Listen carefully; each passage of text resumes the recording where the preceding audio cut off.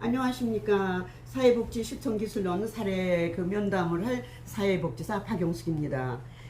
오늘은 위기개입 모델의 사례에 대해서 초기 면담에는 어떤 것이 있는지 알아보고 한번 적용을 시켜보려고 합니다. 우선 가족과의 관계 형성, 두 번째 합류하기, 세 번째 가족 구성원 모두와 관계 맺기, 네 번째 사회복지사의 결혼 요구, 또 자녀 유무로 해서 도전하는 클라이언트는 어떻게 대처를 해야 되는가, 그 다음에 다섯 번째로는 가족의 문제 및 욕구에 대해서 한번 알아보기로 하겠습니다. 초기 면담에는 우선 아까 설명해드렸던 대로 가족과의 관계 형성에서 사회복지사의 가족 면담은 어떻게 이루어지는가를 자세하게 들어가 보겠습니다.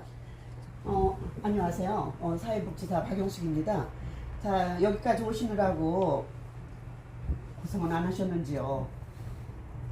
이쪽으로 앉으시겠어요? 네, 별로 어렵진 않았어요. 네. 아, 그랬군요. 프로그램을 찾아서 참여하신다는 것도 참 어려운 일인데, 신청도 하시고 같이 참여도 하시는 걸 보니까 굉장히 적극적인 가족이신 것 같군요. 저희 복지관 프로그램은 어떻게 하셨어요? 네, 제가 이대로는 못 살겠다 싶어서 이것저것 찾아도 보고 사람들에게 물어도 봤더니 영꽃 복지관에 가면 시원하게 얘기도 하고 필요한 면담도 도움도 받을 수 있을 거라고 해서 찾아오게 되었어요. 네, 저는 뭐 이렇게 올 줄도 없는데 집사람이 자꾸만 가보자고 재촉을 해서 어쩔 수 없이 왔는데, 이렇게 한번 와보긴 했지만 이렇게 갈 기회가 전혀 없는데 다음부터는 안 오려고요. 네. 그러니까 남편분께서는 없으셨는데 아내분이 원하신다고 또 그 이유로 함께 오셨다는 얘기시군요. 네. 자신이 원하지 않든 배우자가 같이 가자고 했을 때 그때 같이 기울여주고 하시는 모습에 이 가족은 참 힘이 있는 가족이구나, 그런 생각이 들었습니다. 제가 보기에는 어떤 상황이 생겨도 아주 어려움을 헤쳐나갈 수 있는 그런 가족이라고 생각이 듭니다. 여기서 잠깐 사회복지사는 가족 스스로 복지관 프로그램을 찾아오신 적극성에 대해서 부각을 시키고 강화도 시켜주면서 상대적으로 참여 동기가 낮은 남편에게 가족의 필요에 의해서 참여하였음을 강점으로 부각시키고 격려해서 변화를 이끌어낼 수 있는 그런 동기에 대해서 아주 용기를 높이 사고자 하는 대단한 분이라고 생각합니다. 사회복지사는 이렇게 내담자에게 용기를 주고 그러는 것이 가장 중요하다고 사회복지사는 생각하고 있습니다. 그 다음에 초기 면담의 두 번째로 합류하기를 통하여 관계 형성 과정을 나타내는 면담인데, 여기서 합류하기라는 모방을 통해서 내담자와 공통의 관심사를 얘기하고 표현을 하면서 효과성을 어떻게 이뤄내는지를 높이는 과정이라고 말할 수 있겠습니다. 우리 애가 사춘기라서 그런지 부모에게 반항하기 시작해요. 네. 사춘기 자녀가 있는데 저도 사춘기 자녀가 있는데 최근에는 정말 말대꾸를 너무 심하게 해요. 자, 세 번째로 가족 구성원 모두와 관련을 맺기. 어머니께서 주도하셔서 가족이 이렇게 오시고 또 그렇게 됐지만은 가족 여러분 한 분 한 분에 대해서 이야기도 듣고 또 참여할 수 있는 동기에 대해서도 한번 얘기를 들어볼까 합니다.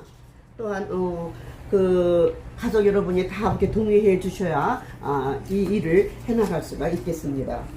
다음에 네 번째로 사회복지사의 결혼 여부 및 자녀 유무로 도전하는 클라이언트에 대해서 어떻게 대처를 할 것인가에 대해서도 한번 알아보기로 하겠습니다. 선생님도 아이가 있으세요? 아니요, 저는 아이가 없습니다.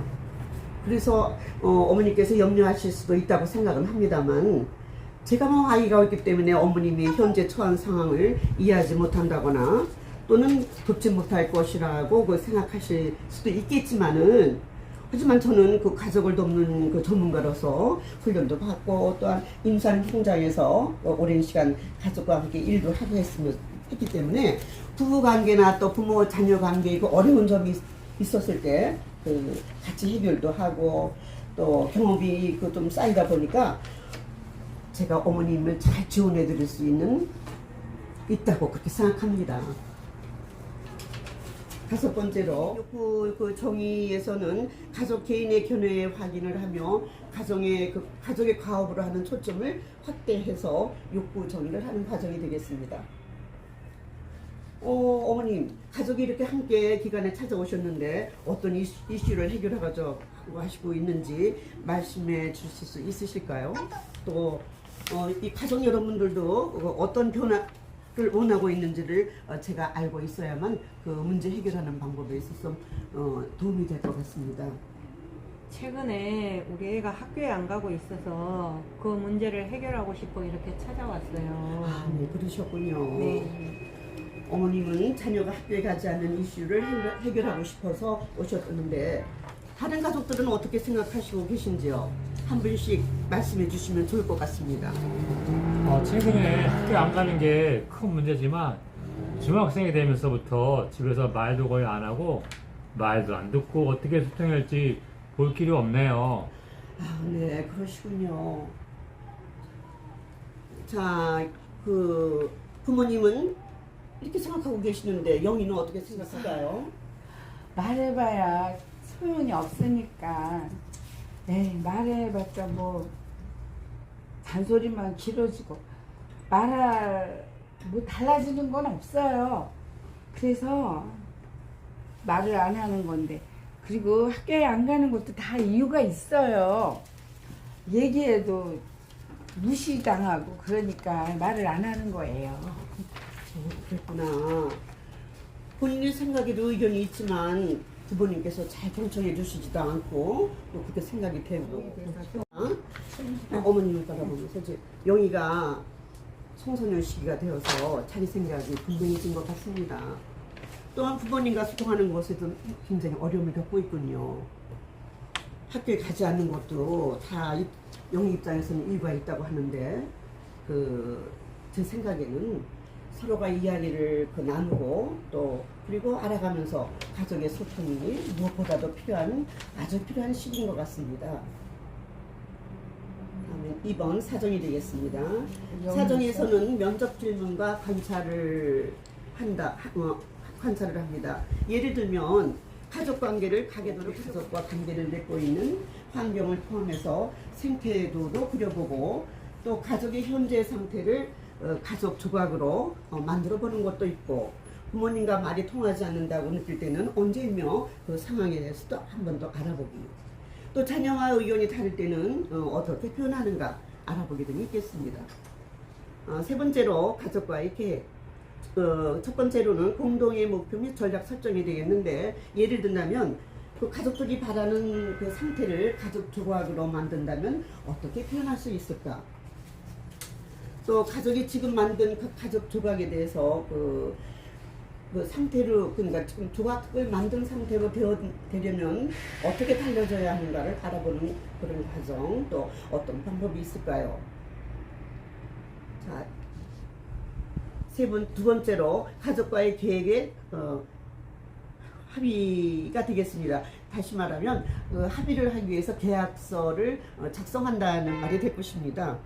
그 작성의 초점은 우선 부모 역할 수행 기술이 되겠고, 두 번째는 그 남편의 실직 관계, 마지막으로는 자녀의 학교 결속 관계가 되겠습니다. 거기에 첫 번째로는 모든 가족 구성원의 구성원이 구성원과 사회복지사는 8주 동안 매주 목요일 날 7시부터 8시 30분 동안 복지관에서 만나기로 동의를 하였습니다. 두 번째로 사회복지사는 부모 역할을 위한 교육, 또 직업훈련, 지원에 관한 정보를 제공하는 것에 동의를 하였고, 세 번째로 어머니는 부모 역할을 위해서 교육에도 참석하고 또 가사 기술을 익히기 위해서 사회복지사와 함께하는 작업에 참여하기로 동의도 하였습니다. 그다음에 그 아버지는 부모 역할을 위해서 그 교육에 참석하시고 또 직업훈련 세미나에 참석하시는 것도 동의를 하셨어요. 다섯 번째로 아동은 학교에 출석하는데 동의를 하고 그 문제를 해결하기 위해서 계획도 세우고 또 참여도 하여서 그러니까 지금 말한 그 계약서를 작성하는데 동의를 했고요. 또 이것을 실행하기 가능하도록 사회복지사는 격려를 아끼지 않을 것입니다.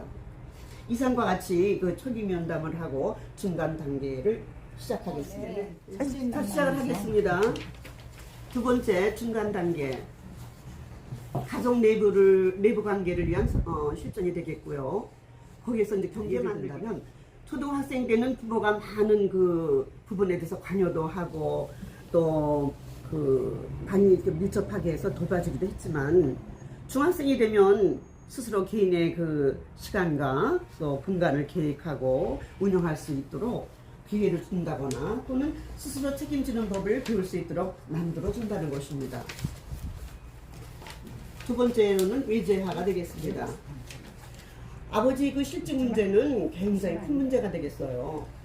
그래서 온 가족이 공동으로 대처해 나갈 수 있는 큰 과제이기 때문에 이 외자는 그 모든 식구가 다 같이 위기의 그 개입을 같이 넘어갈 수 있도록 서로 소통도 하고 격려도 하는 것이 중요하다고 생각을 합니다. 세 번째로 의사소통 및 문제 해결 기술이고요. 여기서 사례를 드는 것은 아까 그 내용을 읽어줬던 영희 가족의 사례를 예를 들어 보겠는데요. 또 부모님께서는 영희의 이야기를 들을 때 영희의 생각과 감정, 바람이 무엇인지 내면을 따라가면서 듣는다면 영희에 대한 이해가 좀 더 깊어질 것이고 반대로 어머니께서도 영희도 아버지 어머니가 말씀하실 때 그 아버지 어머니의 그 바람이 무엇인지 듣고자 하면 부모님이 마음에 더 잘 이해가 될 거예요. 소통이란 이렇게 서로가 이야기를 할 때 이루어지는 것이고 또한 내 자신의 생각과 감정을 가족의 소통 또 역량 강화 그 정도에 따라서 아까 그 영희 같은 경우에도 등교 거부에 대한 그 이슈에 대해서 가족의 이해 또 해결안을 찾는 정도를 알아보고요. 거기 또 이것이 어떻게 보면 하나의 영희가 알아보는 과정에서 종결 단계가 잘 이루어질 수 있도록 또 사회복지사는 많은 도움을 줘야 되겠죠. 첫 번째 목표 달성 및 변화 평가입니다. 가족 목표는 어느 정도 달성되었다고 할 수 있는지, 그 외의 변화와 내용이 있다면 무엇인지, 미해결된 이슈는 무엇인지 등을 알아볼 수가 있겠습니다. 두 번째로 종교에 관련된 정서 다루기가 되겠는데요. 거기서는 성취감, 자신감에서부터 생기는 상실감, 두려움, 후회 등의 감정을 경험할 수 있으며 종교에 대한 어려운 사항을 사회복지사에게 종교에 관련된 정서 다루기가 되겠습니다. 성취감, 자신감에서부터 상실감, 두려움, 후회 등의 감정을 경험할 수 있으며 종교에 대한 어려움을 사회복지사에게 지나치게 의존하는 형태 또는 클라이언트의 안전 보장이 어려워서 서비스 연장이 필요한 경우를 제어하고 클라이언트 스스로 해결해 나갈 수 있는 기반이 필요하게 될 것입니다. 또 그러므로 비공식적인 지지망과 연결될 수 있도록 지원을 하는 것이 되겠습니다. 세 번째로 변화 유지 및 사후 관리. 가족이 변화를 이룬 사항과 변화를 일으키는데 가족이 기여하는 사항 또 확인할 수 있게 해주는 것 등이 필요하고요. 또 하나 미래 목표를 성취하기 위한 전략 개발을 지원하고 종결이 가까워올 때는 모임 간결을 전차를 일주일에 한 번 클리언트를 만났던 것을 한 달에 한 번 만나든가 이런 것을 모임의 간격을 점차 늘린다는 뜻이 되겠죠. 프로그램에 의존하는 것을 줄여나가도록 격려하는 것도 있겠습니다. 성공적 대처를 격려하고 사후 면접 또 약속 혹은 전화 연락으로 가족 근황을 확인하는 것이 되겠습니다. 자, 이상과 같이 사회복지 실천론 사례 모델에 대해서 이제 그 면담을 하는 사항을 했고요. 조금은 어색하고 미숙하지만 이상 면담을 마치는 걸로 하겠습니다. 감사합니다. 고맙습니다.